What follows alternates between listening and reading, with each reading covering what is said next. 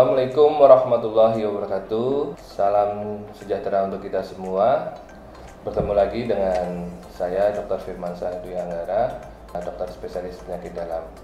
Sahabat sehat semua, pada kesempatan kali ini saya akan sedikit membahas tentang masalah hipertensi.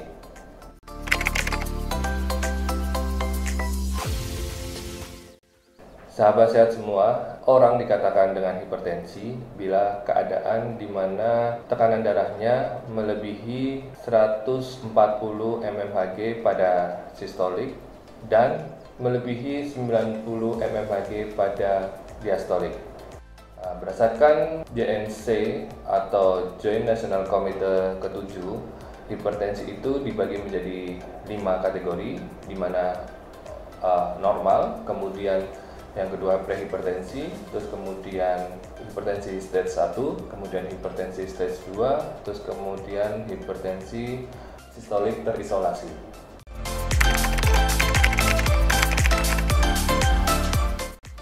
Baik, bagaimana cara kita mendiagnosa atau mengetahui orang tersebut terjadi hipertensi atau tidak? Yang pertama, kita harus melakukan suatu anamnesa terhadap pasien itu sendiri. Kemudian yang kedua, kita lakukan pemeriksaan fisik. Kemudian setelah itu kita lakukan pemeriksaan penunjang. Apa saja sih yang harus kita ketahui dari anamnesa? Yang pertama, kita harus mengetahui keluhan atau gejalanya. Terus kemudian setelah itu kita mengetahui apakah pasien tersebut memiliki riwayat pengobatan hipertensi sebelumnya. Terus kemudian apakah ada keterlibatan penyakit yang lain atau penyebab yang bisa menyebabkan suatu hipertensi itu sendiri. Kemudian ada riwayat dari keluarga, terus kemudian dari riwayat psikososial dan kebiasaan sehari-hari. Kemudian dari pemeriksaan fisik tentunya kita harus melakukan pemeriksaan tensi. Pemeriksaan tensi itu sendiri kita bisa lakukan secara bertahap. Terus kemudian pada pemeriksaan penunjang kita bisa melakukan pemeriksaan sederhana seperti pemeriksaan rekam jantung atau EKG. Terus kemudian kita bisa lakukan pemeriksaan terhadap suatu urin, yaitu analisa urin rutin. Itulah tahap-tahap di mana kita bisa mengetahui pasien atau orang dalam keadaan hipertensi atau tidak.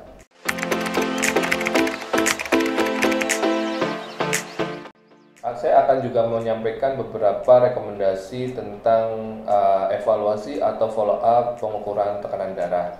Bila tekanan darah kita normal, yaitu tekanan darah yang kurang dari 120 pada sistolik, kemudian tekanan darah yang kurang dari 80 mmHg pada diastolik, kita dapat melakukan pemeriksaan ulang dalam 2 tahun sekali. Terus kemudian bila kita termasuk kategori tekanan darah yang prehipertensi, yaitu tekanan darah sistolik antara 120 sampai dengan 139, kemudian pada tekanan darah diastoliknya 80 sampai 89 mmHg, kita dapat melakukan evaluasi pengukuran tekanan darah setiap 1 tahun sekali.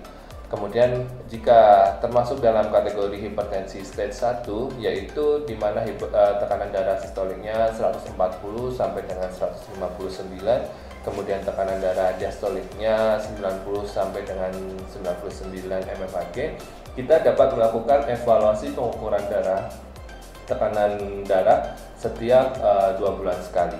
Namun bila kita sudah dinyatakan sebagai hipertensi stage 2, yaitu di mana tekanan darah sistoliknya lebih dari 160, kemudian diastoliknya lebih dari 100, kita harus mengevaluasi tekanan darah setiap 1 bulan sekali.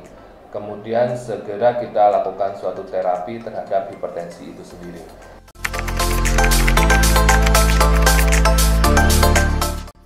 Terapi utama yang harus kita perhatikan adalah kita harus bisa memodifikasi gaya hidup atau lifestyle. Yang harus kita perhatikan bila pasien atau diri kita sendiri memiliki berat badan yang tinggi atau termasuk dengan obesitas, kita diharapkan dapat menurunkan segera mungkin berat badan kita. Target indeks massa tubuh kita harus kurang dari 25 kg per meter persegi. Terus kemudian setelah itu kita harusnya diet rendah garam, tidak boleh makan yang asin-asin. Direkomendasikan juga memulai kita makan dengan menu diet DASH, yaitu Dietary Approach to Stop Hypertension, atau pendekatan diet dengan cara pendekatan untuk agar tidak terjadinya suatu hipertensi, yaitu dengan cara memperbanyak makan buah-buahan, terus kemudian memperbanyak makan sayur-sayuran, terus kemudian memperbanyak makanan olahan yang susu rendah lemak. Setelah itu kita harus memperbaiki pola hidup yang baik, tidak boleh minum alkohol, terus kemudian olahraga yang direkomendasikan adalah 30 menit per hari.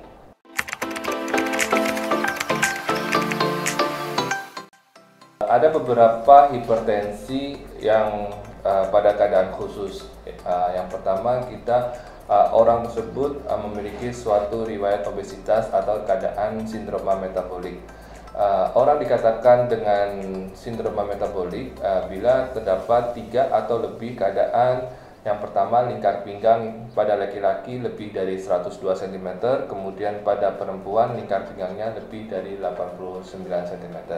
Kemudian keadaan di mana terjadi suatu toleransi glukosa terganggu atau pasien yang memiliki riwayat diabetes mellitus. Kemudian keadaan di mana hipertrigliserid atau trigliseridnya meningkat lebih dari 150, kemudian hiperkolesterol, kolesterolnya meningkat. Setelah itu, keadaan hipertensi pada kondisi khusus lainnya yaitu pada pasien dengan usia lanjut, yaitu usia lebih dari 65 tahun. Kemudian kondisi khusus pada pasien dengan kehamilan. Pada hipertensi pada kehamilan ini, kita harus mengetahui riwayatnya terlebih dahulu. Apakah hipertensi ini terjadi pada pasien tersebut sebelum hamil atau pada saat hamil saja? Karena penata laksananya berbeda. Pada pasien hipertensi kehamilan, dia akan berangsur membaik jika janin yang dikandungnya setelah dilahirkan, tensi akan berangsur membaik. Kemudian bila pasien tersebut telah memiliki hipertensi sebelumnya, tentunya tekanan darah tidak akan membaik, akan terus meningkat jika tidak diobati.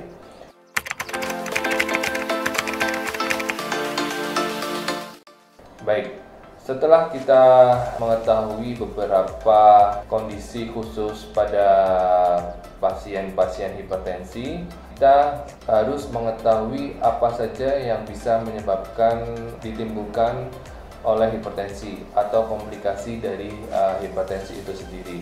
Komplikasi hipertensi sering terjadi pada menyebabkan komplikasi terhadap pembuluh darah, baik itu seperti contohnya bisa terjadi stroke, kemudian aterosklerosis pada pembuluh darah, terus terjadi retinopati, kemudian terjadinya infark miokard dan lain-lain. Kita harus betul-betul mengetahui apakah kita memiliki hipertensi atau tidak, karena dengan penata laksanaan lebih awal atau lebih dini, kita dapat menghindarkan suatu terjadinya komplikasi.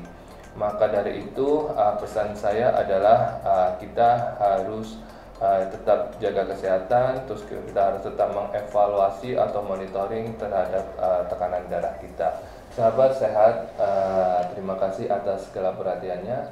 Semoga apa yang telah saya sampaikan ada manfaatnya, karena hipertensi itu sendiri merupakan sangat penting sekali bagi kesehatan. Dengan menjaga atau mengevaluasi tekanan darah kita secara teratur, kita sama saja kita telah menjaga kesehatan diri kita sendiri. Saya Dr. Firmansyah Dwi Anggara yang saat ini melaksanakan tugas atau sehari-hari saya berpraktek di Rumah Sakit Ibu dan Anak Zainab Pekanbaru, tepatnya di Jalan Rogo Wasito 1 nomor 1. Terima kasih atas perhatiannya. Assalamualaikum warahmatullahi wabarakatuh.